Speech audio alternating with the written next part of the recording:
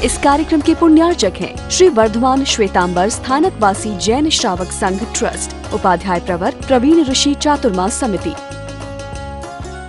जो केवल वस्त्र के बल पर, ड्रेस के बल पर पेट भरते हैं, जो धर्म को बेच करके जीवन चलाते हैं, ऐसे व्यक्ति गाथा नंबर 44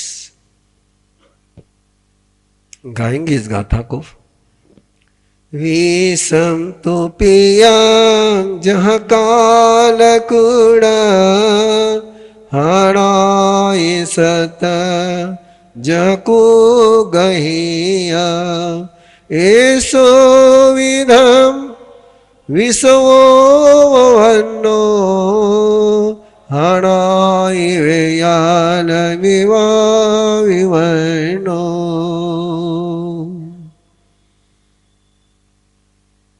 न बने हम जीवन में कभी सपने में ऐसे।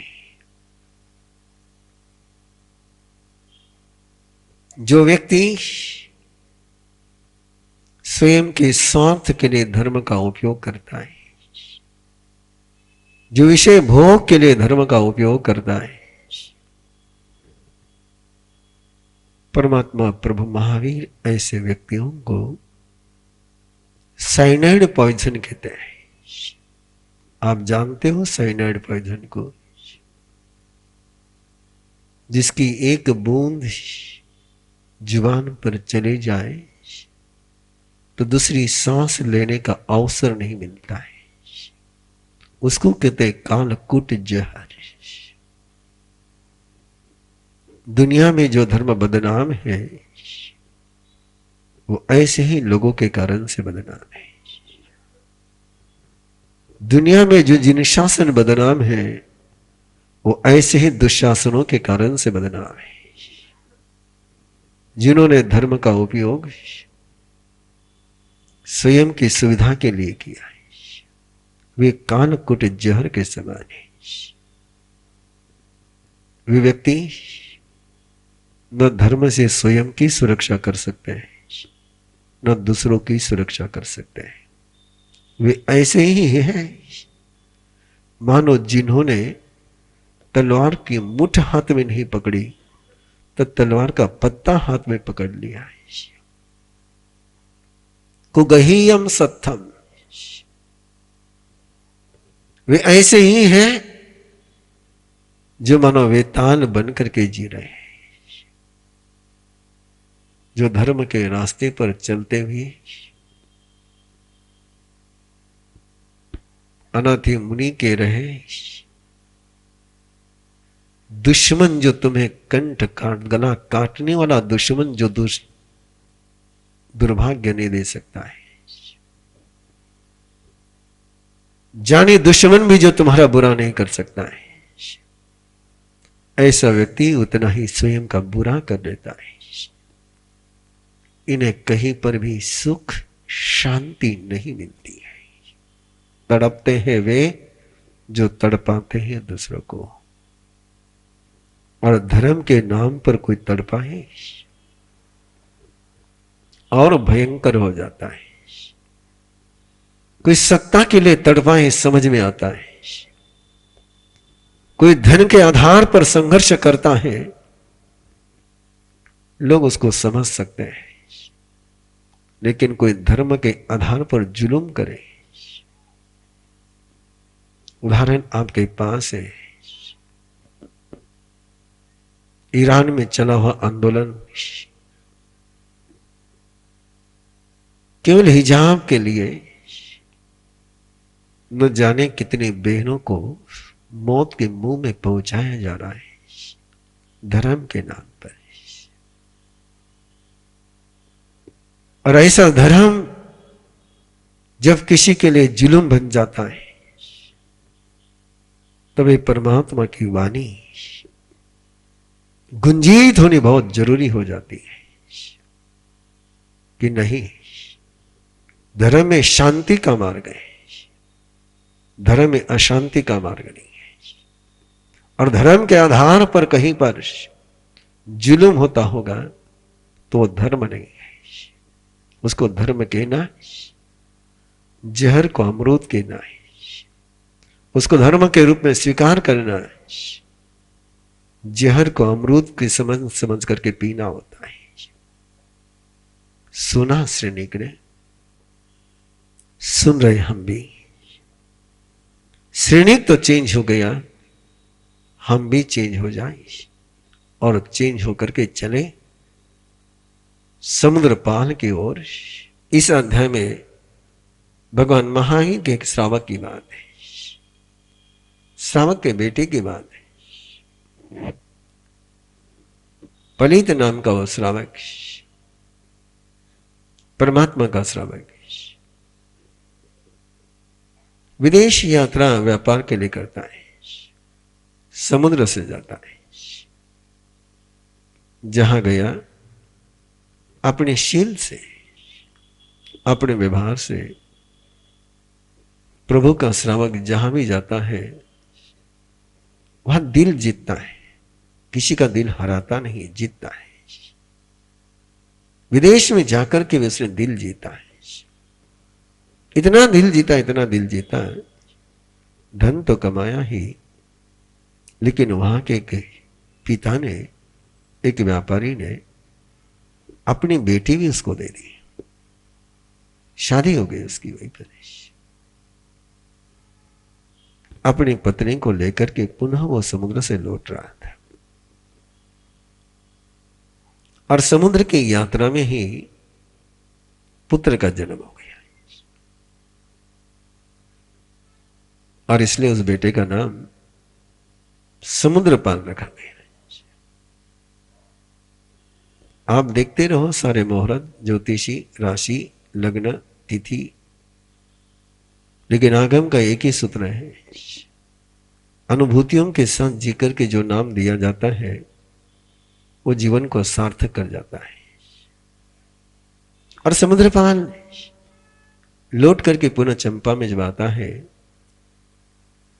यथा अवसर उसकी भी शादी हो जाती है। और शादी होने के बाद मुर्गा पुत्र का अध्याय सुनते समय मन में एक भाव आया होगा कि हमें भी ऐसी मुनि के दर्शन हो जाए। लेकिन मैंने भावना दी थी उस समय कि हम भी ऐसे मुनि हो जाए, कि हमें देख करके किसी के मन में आध्यात्म की यात्रा का जन्म हो जाए, किसी के मन में साधना का बीज जग जाए। लेकिन समुद्रपाल की याद बड़ी गजब की। उसने ना संत के दर्शन करे, ना प्रभु के दर्शन करे। उसने तो देखा एक अपराधी को, एक दुष्ट व्यक्ति को, जिसको फांसी की सजा दी जा रही थी। और फांसी को सजा देने वाले के लिए उस समय में पूरे रास्ते से पुष्य नगर से घुमाते थे, लाल कनेर के फूल मालाएं पहना करके पूरे नगरी को घोषित करते हुए इसको कोई सजा नहीं दे रहा है, इसके अपराधी इसको सजा दे रहे हैं, इसके पापी इसको सजा दे रहे हैं। ऐसे ही संक अपराधी को चंपा नगरी के राजमार्ग से राज कर्मचारी ले जा रहे थे। बहुत लोग देख रहे थे उसको जाते हुए। वे आंख बंद करके नहीं बैठे थे, सुन भी रहे थे। लेकिन सुन करके समझना कुछ और होता है, देख करके जगना और कुछ होता है। समुद्रपाल ने उसको देखा और सुना और उसको लगा, अरे इसको सजा मिल रही, मुझे भी मिल जाएगी। मैं गुनाह करूंगा तो मुझे भी मिलेगी, मैं जुल्म करूंगा तो मुझे भी जुल्म झेलने पड़ेंगे, मैं किसी को तड़पाऊंगा तो मुझे भी तड़पना पड़ेगा। और अंतर में एक यात्रा चली और उसको लगा कि नहीं, इसको कर्मचारी बांध करके ले जा रहे हैं मुझे कर्म बांध करके ले जाएंगे। इसको राजा सूली के फांसी पर लटका रहे हैं, मुझे मेरे कर्म सूली बन जाएंगे। मुझे मेरे कर्मों को सूली नहीं बनाना है। और परम संवेग मागवो, उसके मन में बंधनों से मुक्त होने की तीव्रतम भावना जन्मी। नहीं, मुझे इन बंधनों में नहीं जीना है। मां बाप से बात करी, बड़ी लंबी चर्चा चली होगी, लेकिन आज्ञा मिल गई। और आज्ञा मिल करके भी वो चल पड़ा। बहुत गजब के रीति चल पड़ा है। अनुनय नावनय महेशे नयावी पूयम गर्हम च संजय। 20वीं गाथा है। अनुनय नावनय नयावी पूयम गर्हम च संजय। जो अहंकारी भी नहीं बनता है और गिड़गिड़ाता भी नहीं है।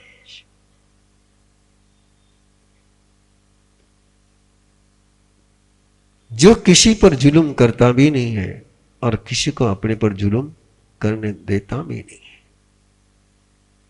जो न शोषक बनता है न शोषित बनता है,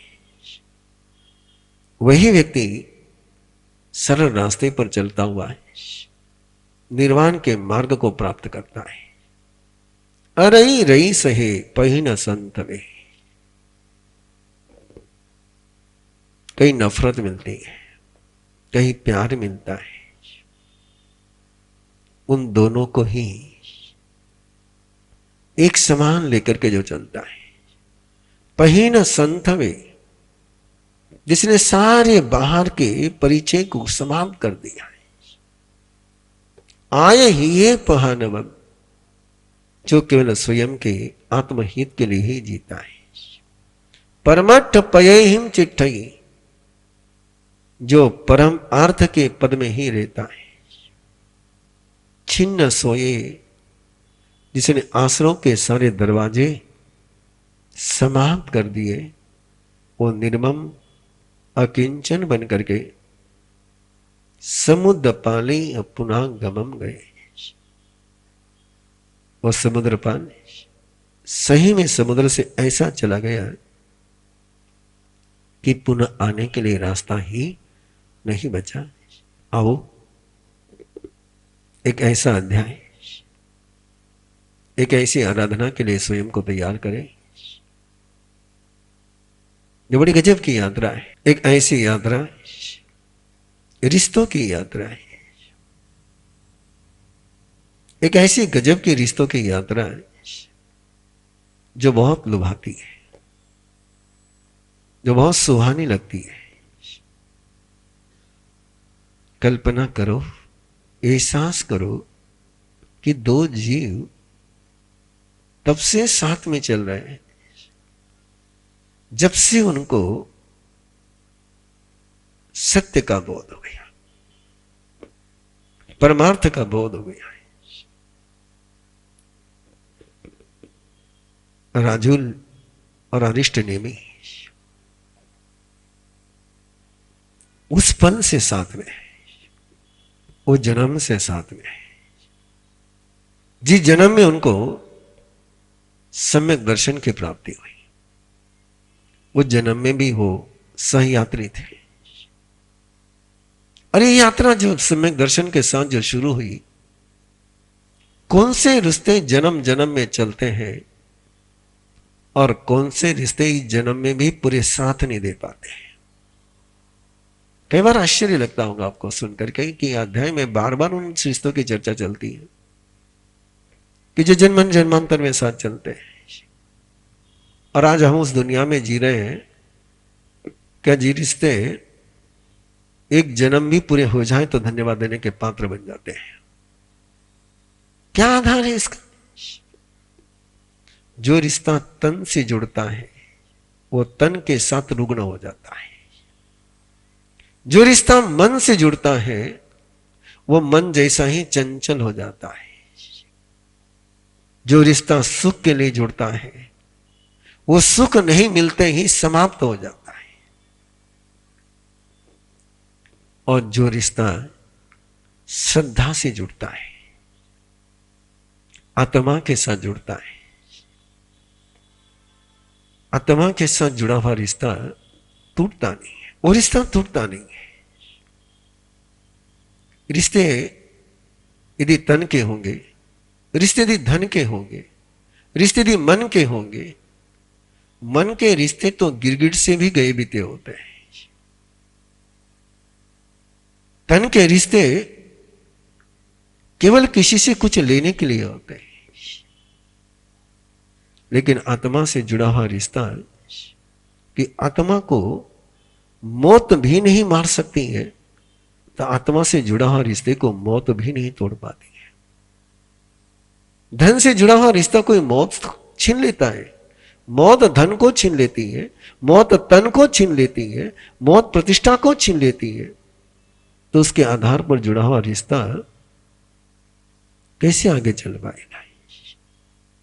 लेकिन जो रिश्ता आत्मा के आधार पर जुड़ता है, उसको मौत भी नहीं छीन सकती है।